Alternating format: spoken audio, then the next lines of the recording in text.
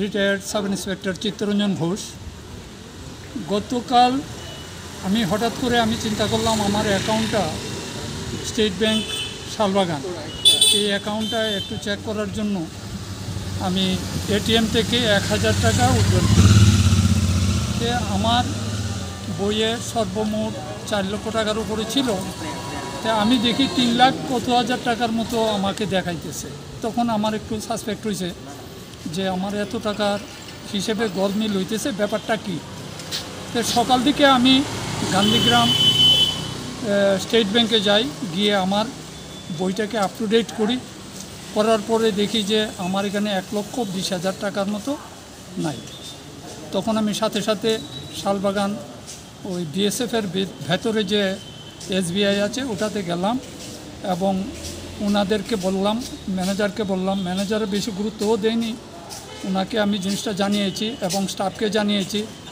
সাথে সাথে ব্রাঞ্চের অন্য একজন বলল, আপনি একটা দিয়ে যান, অ্যাপ্লিকেশন দিয়ে যান, আমরা এটা হেড অফিসে পাঠাবো, এইরকম বলল।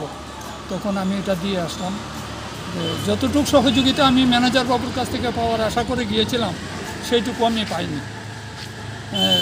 খুবই উনি আমাকে এত সাহায্য করেনি। তারপর সাথে সাথে আমি আমাদের এরিয়ার যে থানা আছে নরসিংগড় থানাতে আমি যাই, গিয়ে আমি সেকেন্ড অফিসার ছিল, ওনার কাছে আমি একটা অ্যাপ্লিকেশন দায়ের করি এবং ঘটনাটা জানাই। তারপর আমি সাইবার ক্রাইমে যাই, তো এইখানে গিয়ে আমার এইগুলো জানাই, কত টাকা আমার কীভাবে লস হয়েছে এটা পাওয়ার জন্য। শেষ পর্যন্ত আপনাদের শোনাবেন। পুলিশের থেকে কী আশ্বাস পেয়েছেন? পুলিশ থেকে সাইবার ক্রাইম তো আমাকে খুব আশা দিয়েছে যে ওদের ইয়েগুলো লক করে দিয়েছে, যে ওরা আসবে এবং ধরা পড়বে। কত তারিখ ঘটনাটা হয়েছিল আপনার সাথে? ঘটনাটা তো কালকে আমি দেখলাম। ঘটনা হয়েছে তো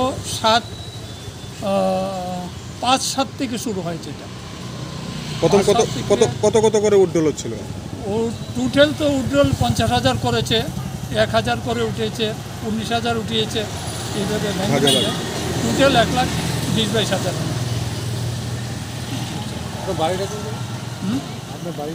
আমার বাড়ি পটুনগর।